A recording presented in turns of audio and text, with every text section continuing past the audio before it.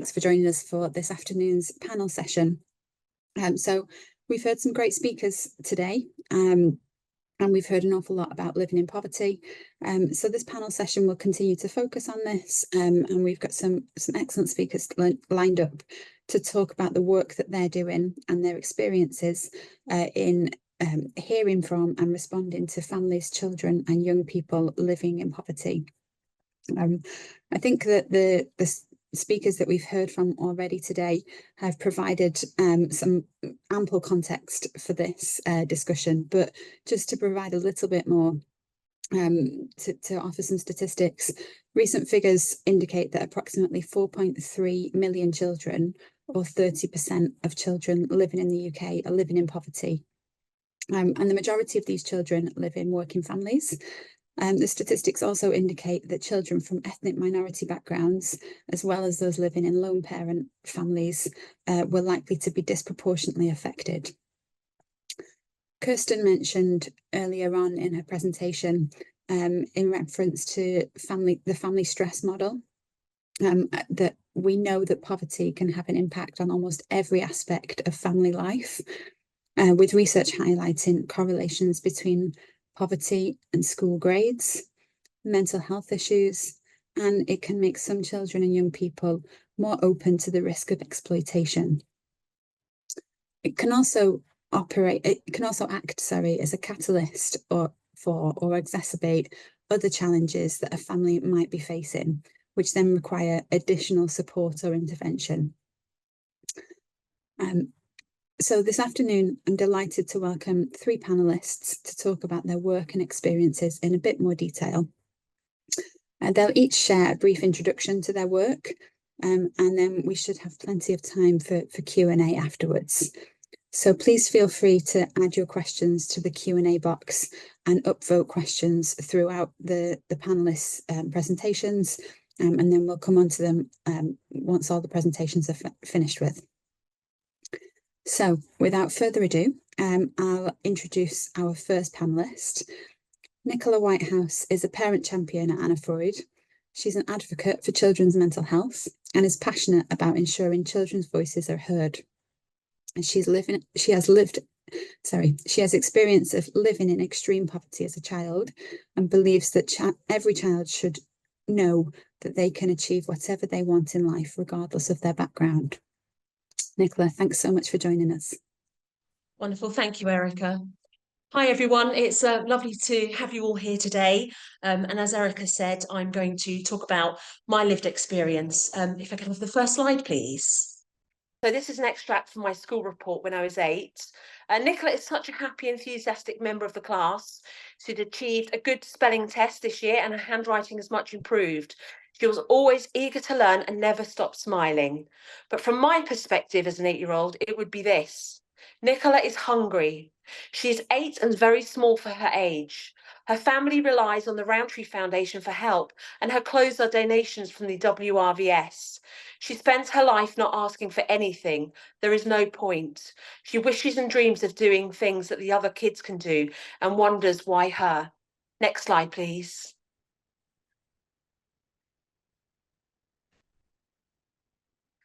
So yeah, looking back at my unheard voice, these are some of the things I wish I was able to say had I been given kind of the voice to say it, or the encouragement or the enthusiasm to say it. So I had a lot of judgment from others, including friends' parents. So for example, some of my friends' parents took pity on me. Others wouldn't want me hanging around with their children. I had name calling. We had names written outside our house in chalk called the Trampy family. And obviously I suffered quite severe deprivation in terms of kind of pretty much everything from clothes, food to emotional support as well. There was an inability to participate. Being from a poor family meant no school trips, no kind of day trips out, etc. So for me, that was quite depressing. And again, I wondered why that would happen to me. Birthdays, Christmas and holidays. Well, holidays didn't really exist, but during times we were off school, they were extremely stressful. Christmas was the bane of my life, to be honest. That's when my parents argued the most. And that's probably why I don't really enjoy Christmas now, to be honest. There's just too much stress and pressure on them. Free school meals was another big issue for me, having to identify as a free school meal receiver. I know they've changed it these days, but I had to get a token and queue up and kind of evidence the fact that I was in receipt of free school meals. School uniform, I always looked very messy. I didn't have the right uniform. We did get some help and assistance with the council who gave us vouchers, but it was never enough for a growing family. And then, of course, we had embarrassment at home life, as I said, the lacking of clothes, and just simple things like hair accessories. I remember some of my friends had bows and scrunchies, whereas I would follow the postwoman around in the morning, waiting for her to drop elastic bands so I could tie my hair back. And of course, there was the constant feeling of anxiety, shame, hypervigilance, and low self-esteem, which obviously, if not dealt with early in life, can lead to depression. Yeah, so it was just, as a child in poverty, you just feel worthless. I certainly felt worthless, and I certainly felt like I didn't deserve what everybody else was receiving. Hence, that's why my life wasn't as fortunate.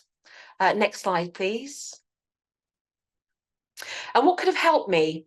It would have been really good to get some understanding from peers and their parents.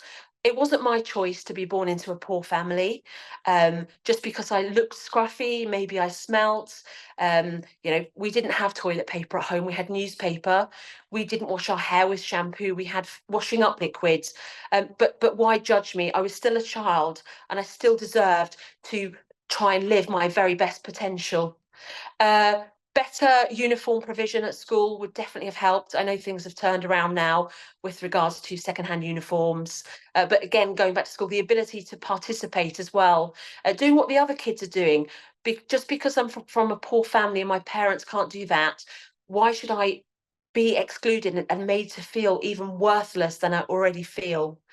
Building a resilience. This certainly wasn't a word that we used when I was younger. I know now we're very much focused on it in schools and mental health, but just giving me that resilience to give me what I say next, which is a powerful mind. And I do think many of my teachers were responsible for that, giving me my powerful mind to enable me to direct my own future and break myself out of this vicious circle that we live in. I only have to look at some of the rest of my family. There's alcohol dependency, drug dependency, teenage pregnancies. And I would have really liked my parents to get some help with, why it's important to go to work, not just financially, but also for their own mental health and well-being too. Next slide, please. And I could talk forever about this. It's something I'm really passionate about. My family had to go through some great means to try and provide for us. Us as children were forced out on Halloween to basically beg for money, Guy Fawkes, and my mother had to do some undesirable things to bring food to the table and also feed us. So this is my poem. I won't read it now. I know I've already overrun with IT issues, so apologies again, but hopefully these slides will be shared and you can read my poem called The Journey, which is about opening up about how you feel and helping others. I'd just like to thank you all for listening. Thank you.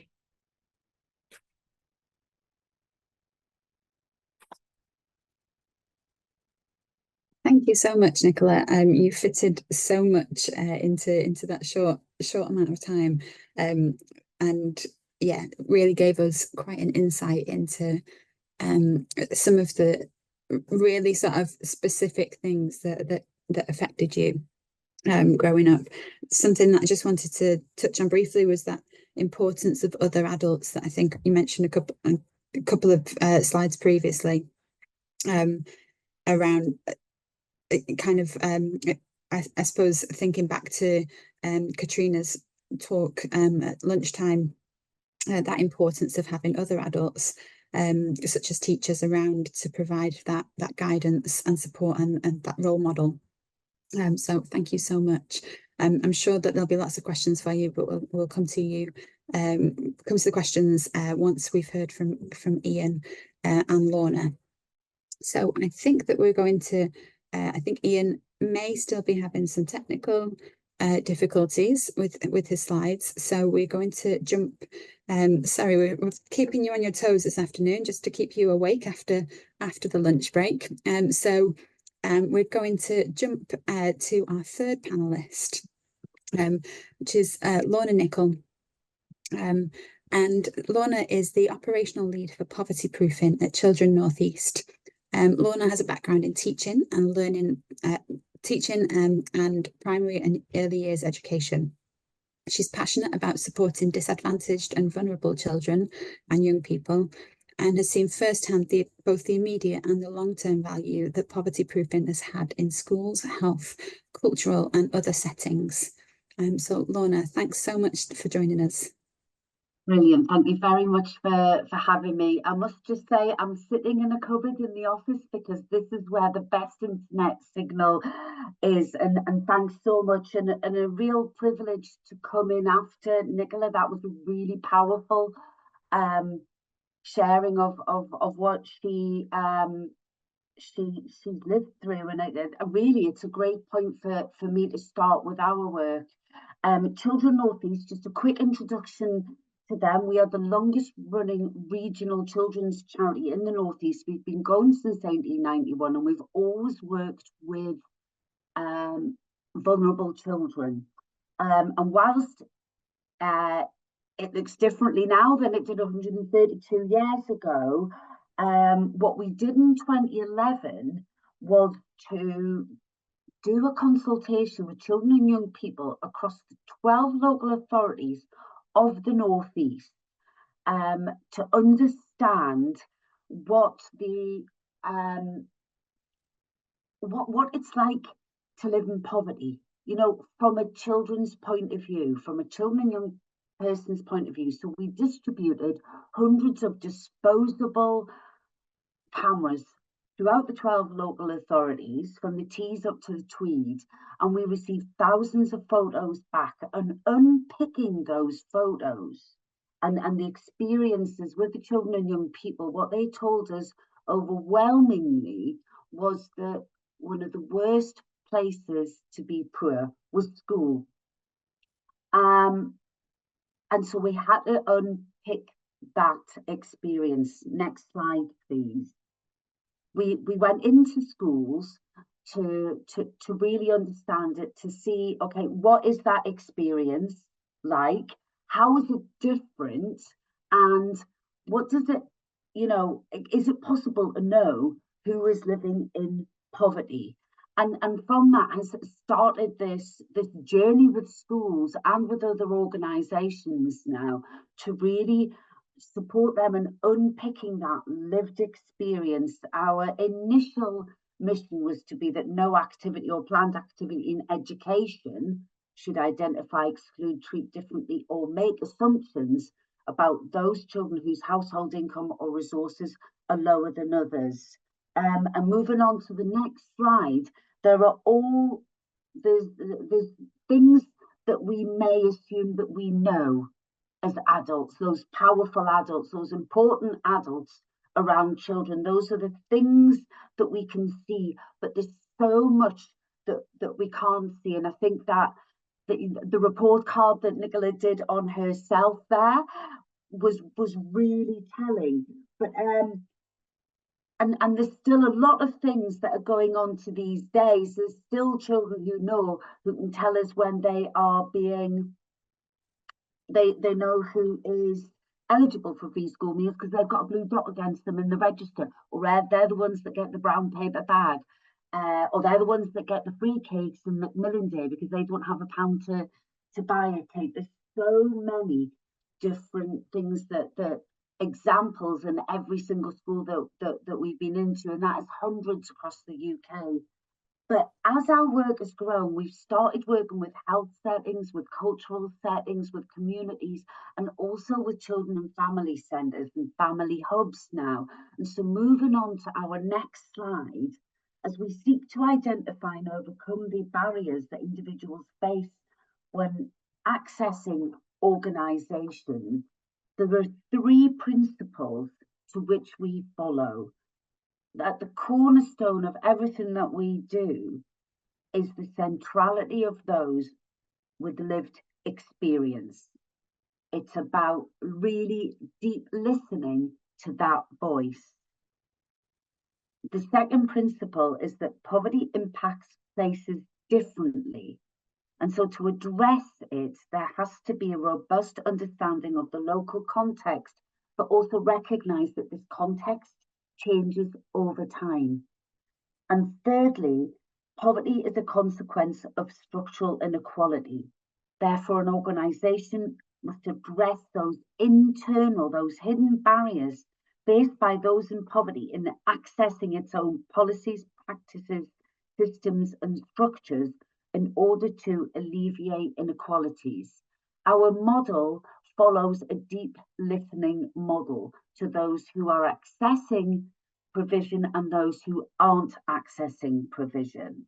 So we've only worked in 3 family hubs so far, but putting that together with some of our health work, I've popped together a slide, if we can go on to this one, just sharing some of the arising themes that we're seeing in terms of barriers to engagement and participation within family hubs, really, to understand what those barriers are from that voice. So in terms of travel, families have told us that, they can't get to their local hubs. What is perceived as local to them is maybe 2 buses away at times.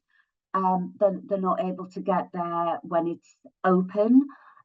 Some families have told us in one hub, one example that they gave was that there wasn't enough parking and they didn't want to take the chance of turning up and spending scarce petrol money on getting to a place if they didn't know there was going to be even parking available. So the best choice to make in that moment was to not go at all.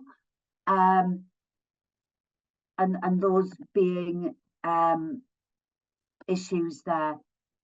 In terms of communication, and I'll be honest with you, there's not an organisation that we've worked with that communication hasn't come up in some form or another. We know with as human beings, we really need to over communicate. So sometimes it can be the methods of communicating what's on offer. In some hubs, it's been the main communication has been through Facebook and word of mouth, and that's worked with really well with those people who are connected with other people within the community or in Facebook, but it does create issues with online exclusion. The frequency of communication and the timing of communication also has impact.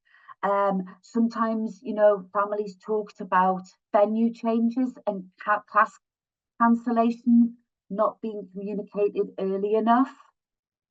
So it's having a real agreement, understanding within the hub whose responsibility is this to communicate? Is there a newsletter? How does that go out? Again, is there any possibilities if you're targeting a community to get some written communications going out? Is there any potential for translation for the ESOL population? In some of the hubs that we worked with, there was a sensitivity around the language in communication that can be stigmatizing at times, or highlighting those who are, for example, eligible for free school meals, particularly with HAF provision. And also sometimes those communities who don't qualify for free school meals may actually be just as much need, as we know. In terms of session availability, timetables, in one hub we worked with, working mothers feeling excluded from the timetable because there was no weekend availability. And drawing upon what Erica was saying about a lot of our families, the workplace poverty. And we know that there's families and parents who are having to work 2-3 jobs in order to make ends meet. With one of the dad's provision that we were working with, they had Saturdays was the only provision available, but you know, families really would have been appreciative of having more of that availability. Things like send provision, there not being enough of it in the hubs that we've worked with, because they can be really, really popular sessions because of the lack of provision in other areas in town, perhaps. And so it's really understanding what's working within your hub, and are you aware of the barriers that are your families are facing in terms of, you know, accessibility, moving on to, you know, sometimes there's venue specific in terms of ramps and doorways for the disabled population. Sometimes it could be, you know, booking onto events and classes using Eventbrite and not being able to do that. You know, is it possible to book an in person? And, you know, sometimes things as simple as, you know, one man told us, I've got twins. It's great that you've got a twins class, but I can't get around with 2 young children. Is there anything that could be put in place for people with those specific needs?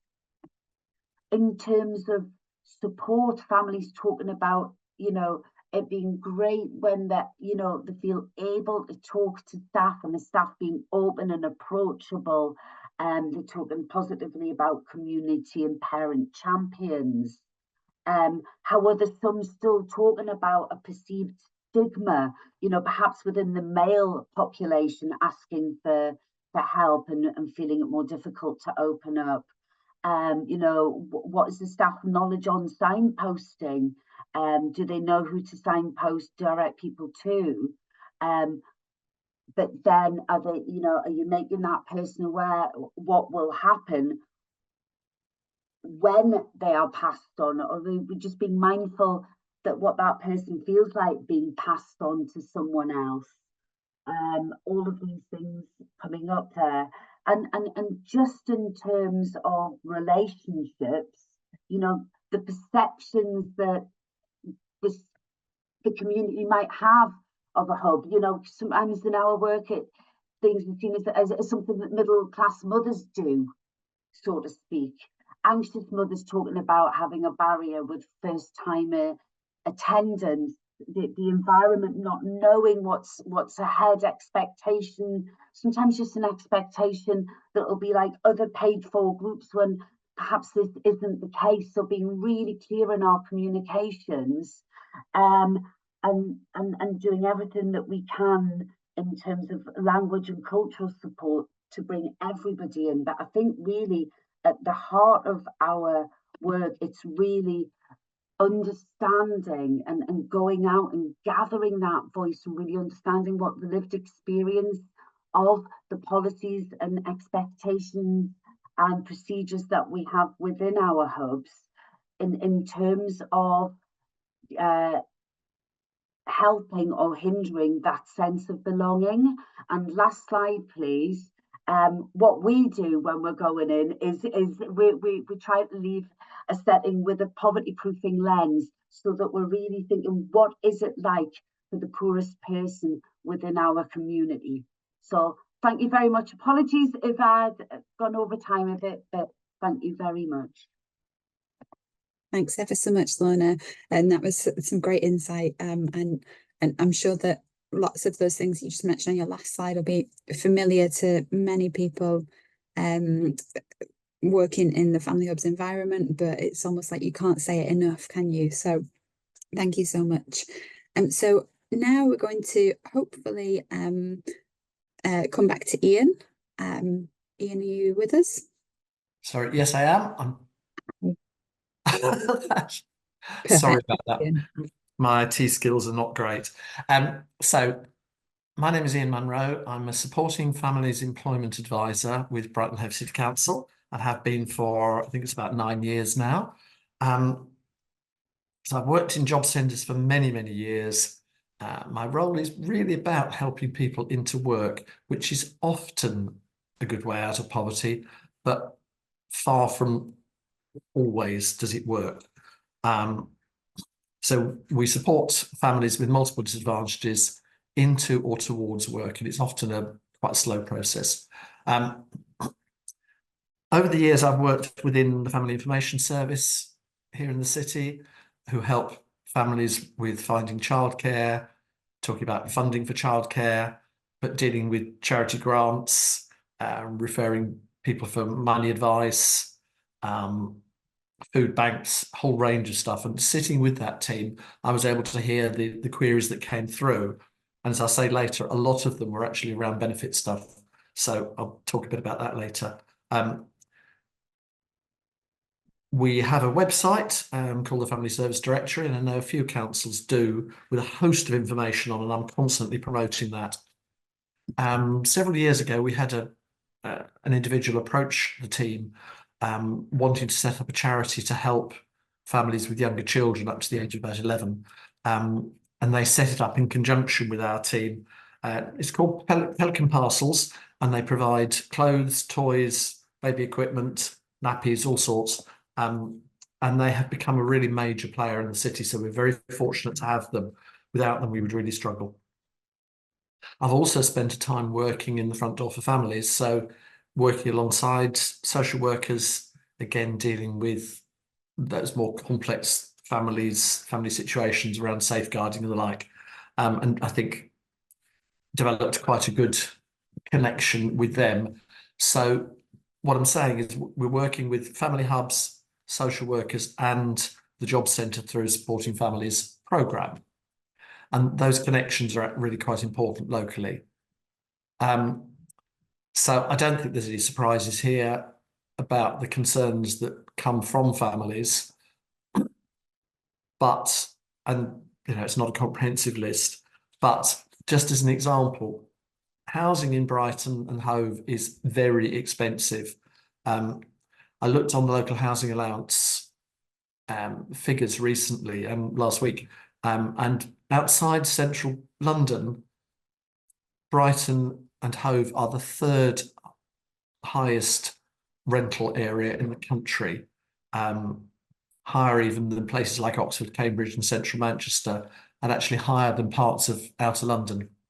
So housing is a huge issue. There's a great shortage of housing, temporary and emergency housing, and even a lot of the private rental stuff is grim. Not all by any means, but there's a lot of very damp flats. And of course, if you're struggling to pay your bills, trying to heat and dry a flat is a nightmare. Benefit cap doesn't help, and a lot of families are affected. Although the City Council do have a scheme to help those families most affected, it's time limited and they can't help everyone. There's a lot of food banks in the city, but they're struggling and often provide only very basic food. And we have quite a number of families, parents who say to me, well, my kids just won't eat that. Or as a mum said to me last week, they're fed up with eating pasta. You know, can't we have something a bit different? And most of the food banks rely on really basic foodstuffs. And again, as someone else, as the last speaker said about children going to school and maybe not getting to great food, you know, particularly during school holidays, there may be issues despite the various voucher schemes. Obviously, clothing, there is some provision for school uniform locally, but particularly teenage children don't necessarily want second-hand clothes. They're quite fussy about what they'll wear because they don't want to be seen as different. Utility bills are high. As I said, cold, drafty, damp basement flats. You know, the utility bills are likely to be higher. There's issues around being able to take children out for activities, and children want to be like their peers and go out and do stuff. Quite often that costs money. They maybe want to spend quality time with their parents rather than the parents constantly worrying about where the next bit of money is going to come from. Budgeting is an issue, and it may just be through sheer panic. It may be because people have never been trained as to how to budget, or maybe their arithmetic skills aren't that great. I hesitate to say maths because I don't need maths in my work, and very few people do. It's basic arithmetic. But one of the big problems is around benefits. Most people these days are on universal credit. I'm constantly saying to colleagues, please get your clients to check their universal credit records at least every week, because there will be times when they have a message on there, there's actions they need to take, and people don't think to look. That can result in their payments being suspended. I had an email today from a social worker saying, I'm dealing with 2 families where their payments have stopped. There doesn't seem to be a lot of help. So I'm able to explain how to handle that. If there's a real problem, I can talk to the job centre, get things sorted. But, benefit levels are very, very basic. If there's deductions, which there often are, people don't always understand that, and that can make a big hole in their benefit payments. So 2 years ago, a group of social workers, aware of the issues of poverty and things like unintentional neglect, where a family simply cannot afford to give their kids everything that they would like or that they feel their kids need. And it might look like neglect, but it genuinely isn't. But they wanted to introduce discussion of poverty to every social work assessment across the city. But rather than just saying, oh dear, you're poor, what are we going to do about it? So myself and a colleague volunteered to join the group, again with my benefit background. We came up with a cost of living fact sheet, which will be shared with you later, which is something like 30 pages, goes into all the ways of saving money, the sources of funding. So people like water providers, home insulation, sources of help on money, debt, all sorts of stuff on there. And we've been round to all the social work hubs to promote this, encourage social workers to give it out to clients. It's on our website, it's public information. But maybe to work through a few of the areas where the family might have their most issues, the major issues. We've promoted it right the way up the line to the senior management team within the department, up to director level. I've promoted it with the job centre. We've been out, we've done online training sessions for Family Hub staff on what we call lunch and learn sessions. Which we had very, very good attendance. So the message is getting out there right across family hubs. We've also got a scheme with, support workers within the family hubs work on cost of living, using our fact sheet, referring off to other agencies, maybe for advice on debt or budgeting or whatever. As I said, we maintain the family service directory, which has a lot of information on there. There's a pilot scheme going on with the Citizens Advice Bureau, who come in to do money management sessions. So there's a lot of work going on around the city. So we link very closely with food banks. We can issue some short-term food vouchers. But we're constantly listening to families. If a family is referred in to us for help around money advice and budgeting, if a social work assessment hasn't been done, my colleagues will do an assessment, and part of that is very much listening to the voice of the parent and the child as best they can. So I think that's me. Thank you, Ian. Thanks so much for sharing. A really important and interesting piece of work. And am I right in thinking that the fact sheet that you've developed, the document that you've developed, is publicly available? Yes, it is. Yeah. So it'd be yes. great if there's a link or anything that you're able to share. Yeah, I think that would be Paula amazing. already has the link, but it's Okay. on. If people search for Family Service Directory Brighton, Great. it's on there. So yes, it is public information. Perfect. Thank you so much. Okay, so we've got about 15 minutes for Q&A. So if I'm assuming that we've still got Lorna and Nicola with us. If you have any questions for Ian, Lorna or Nicola, please do pop them in the chat. We've got a couple already coming through. So first one is from Lorraine Harker for Nicola. Lorraine would like to know, Nicola, what could we have done in Family Hubs to help you and your family? And what would be the best way to tell you about Family Hubs? Thanks for that question. I think that's a really good question. Thanks for posting it a few minutes ago, because it gave me a chance to have a think about it. I think one of the main issues for my family was, as Ian said, was accessibility, how to get to somewhere, and cost, etc. Especially if you didn't have a car. But I think from my family's perspective, I think it was about kind of them turning up and feeling very uncomfortable, feeling different to everybody else. So what I would have liked to have had for them was, the best way to reach them was to kind of tell them that it was no pressure. Just pop along for a cup of tea.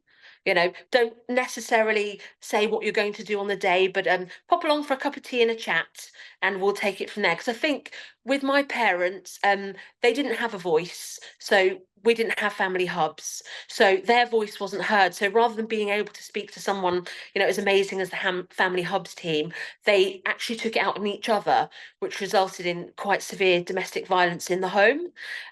So I think getting people to family hubs, and as everyone said already about giving the family a voice, is just so crucial. But I think it's just about making sure that people know they're not going to be judged there. Everybody's in the same boat, and we are all different as well. I think my mum probably would have turned her nose up and said, I don't know, it's not for me, thanks. But actually that was worse for her, because she was almost became like a recluse. She barely went out.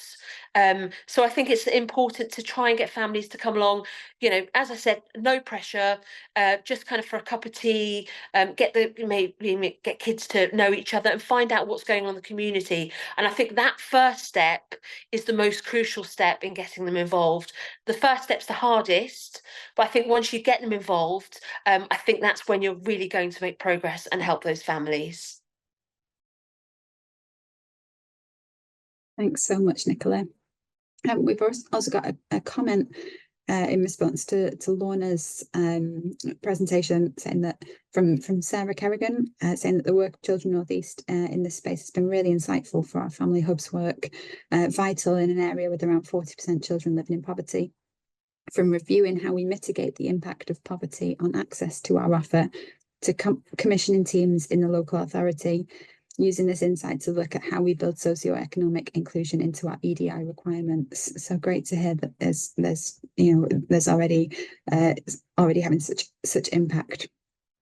We've also got a question for Lorna from Richard Lawrence.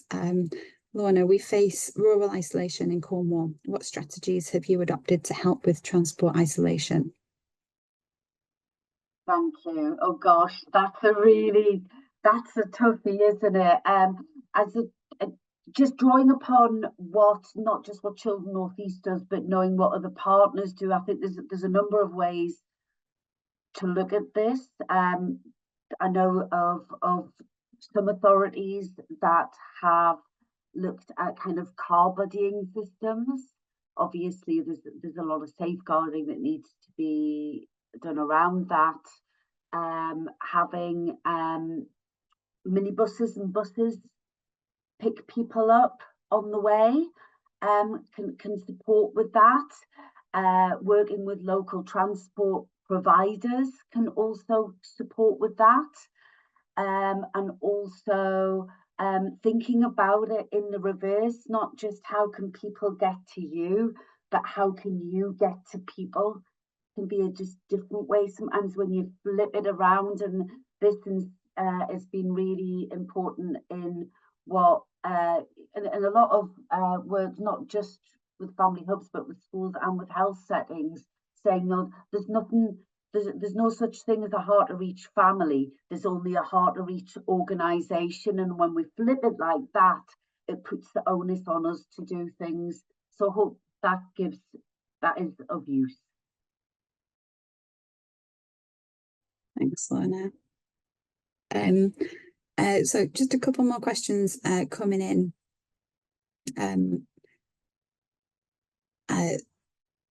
Sorry, I'm just trying to process the questions at the same time. Ian, I've got one question for you. Actually, you touched on it briefly, but I'd be really interested to learn a little bit more about how you got the strategic buy-in with the work that you're doing, bearing in mind that you're working across sort of several different parts of the local authority and several different teams. It'd be great if you could share a little bit more on that. Indeed. So the social workers who launched the community practice were addressing the cost of living issue, and I think management within the department were very much aware that this is a big issue, but also, as I said, looking at the effects of poverty in terms of increased levels of domestic violence, as someone mentioned just now, and poorer school performance. So the department were aware of those. So to have something that addressed those needs at a time of major cost of living issues was really important. Thankfully, the principal social worker within our department was very much in favour of it. But again, I think a lot of it was timing,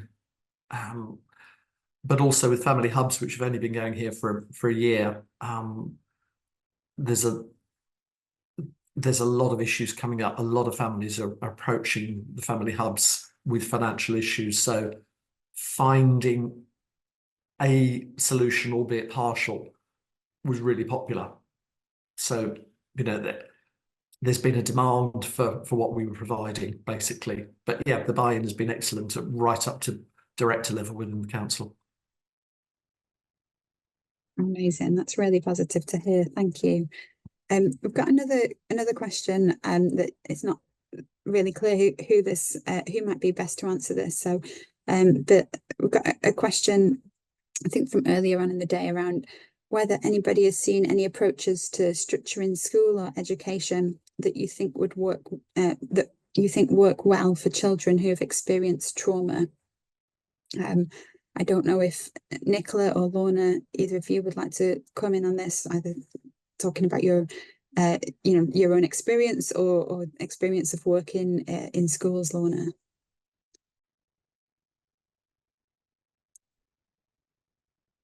Gosh, so yes, no, there's a lot of great work going on in schools, you know, trauma-informed approaches, and a number of programs such as Thrive, and there's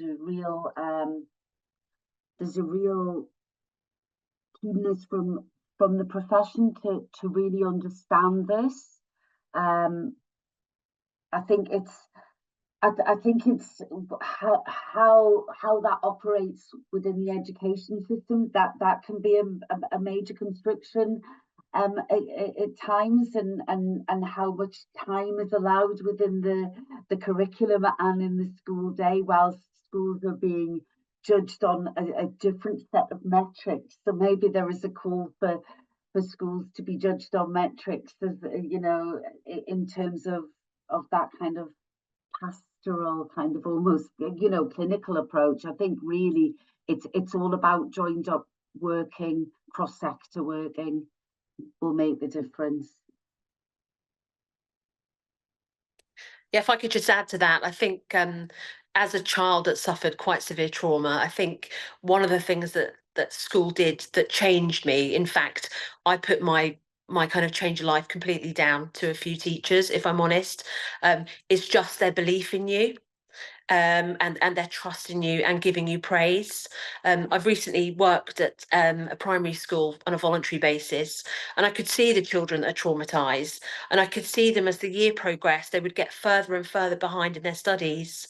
And they just needed that one person to reach out to them and just give them that little bit of extra time and that self-belief in themselves. And I remember there was this one boy, he used to kick, kick the furniture around, etc. And I just took that time just to speak to him a bit more about why he was frustrated, etc. And then at the end of that class, he said, "I love maths, Mrs. Whitehouse." And this was a boy that couldn't concentrate for more than a few minutes. And I just think, just giving the children the time they deserve, letting them all know that they are equal, even, because one thing I really detest in school is when there's obvious favoritism by the teachers. I know people say it doesn't exist, but unfortunately it does. I've witnessed it myself, and it's normally the children from poverty, the children who maybe aren't well behaved, that are at the receiving end of this. And it's important that all children are given the same chance in life. Thanks both. Yeah, that's really important.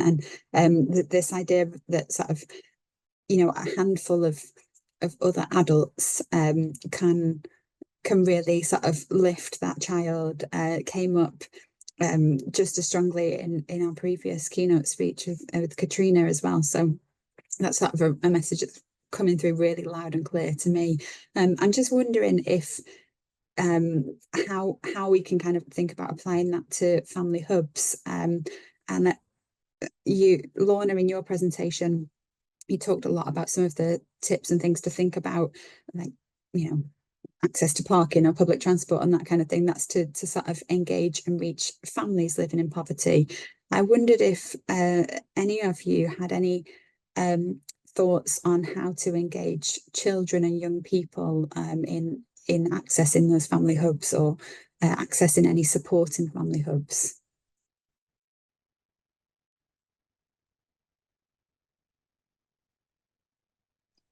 Sorry to jump in again. I think when you're not reaching the parents, you can just go through the children. So I think it's important, maybe go into the schools, tell the children, about family hubs, and just try and get the word across through them, the benefits, etc.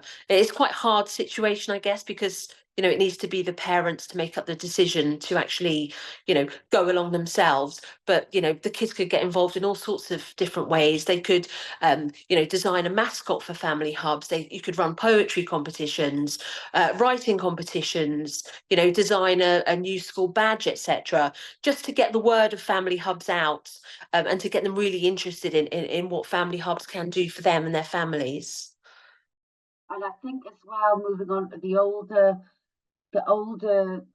cohorts of children, there's a lot. We all know that there's been such de-investment in youth services and youth work, that it's really important. It's a great opportunity to engage with older children and young people, but I think that's about perhaps working alongside a school or working alongside another organization to really understand what your local children and young people want from a family hub. I would start there. Thank you both. Ian, I can see you've just put something in the chat to me. Would you like to share that with the wider group? Yeah, sorry, did I not? Yeah, so what I was saying there is, for a number of years I was governor at a primary school, and for me that the pastoral support for children is vitally important. So yes, I certainly agree, having the encouragement and acceptance of the teacher helps, but they don't always have a huge amount of time to spend with children. So if there's somewhere that the children can go in break time, for instance, or if they're having a really bad time in the lesson, there's just a peaceful room where they can sit, where there's someone who can listen or just give them an activity to do, that helps. But one of the other things I noticed with our school, and that is probably quite common, they do 2 drama performances a year. And they said that quite often the children who don't do very well academically, and that may be because of trauma, can really shine in a stage performance or with music. So if children have got those opportunities to do other things that are maybe not just academic, it gives them confidence, it enables them to shine. You know, it's something that's not quite in the school environment, and maybe that there's some things around that we can do as family hubs. As the last speaker was saying, Lorna was talking about, you know, what did the young people want from family hubs? And it strikes me, you know, there's a local charity, for instance, that does homework clubs. They do school holiday clubs. So particularly if the family situation isn't great, you know, there's somewhere else for the children to go that they can socialise. Maybe they can focus on studying. If, you know, if there's lots of kids sharing a 1-bedroom flat, it might be very, very difficult to do homework. So, you know, can family hubs provide some support with that? So just a facility, no pressure, just come here, we've got some computers, do your homework here. Those sort of things I think could be really beneficial. Thank you. I think we're almost to time. There's a few other comments coming in around family hubs have a lot of funding for early years services, but we could perhaps do more to support adolescents. What would be the best way to do this? I think lots of things mentioned in those previous answers really respond to that kind of about, you know, providing space, speaking and engaging with young people and finding out what they actually want. We've got a few people asking for additional written up information, which we can share links with the presentations.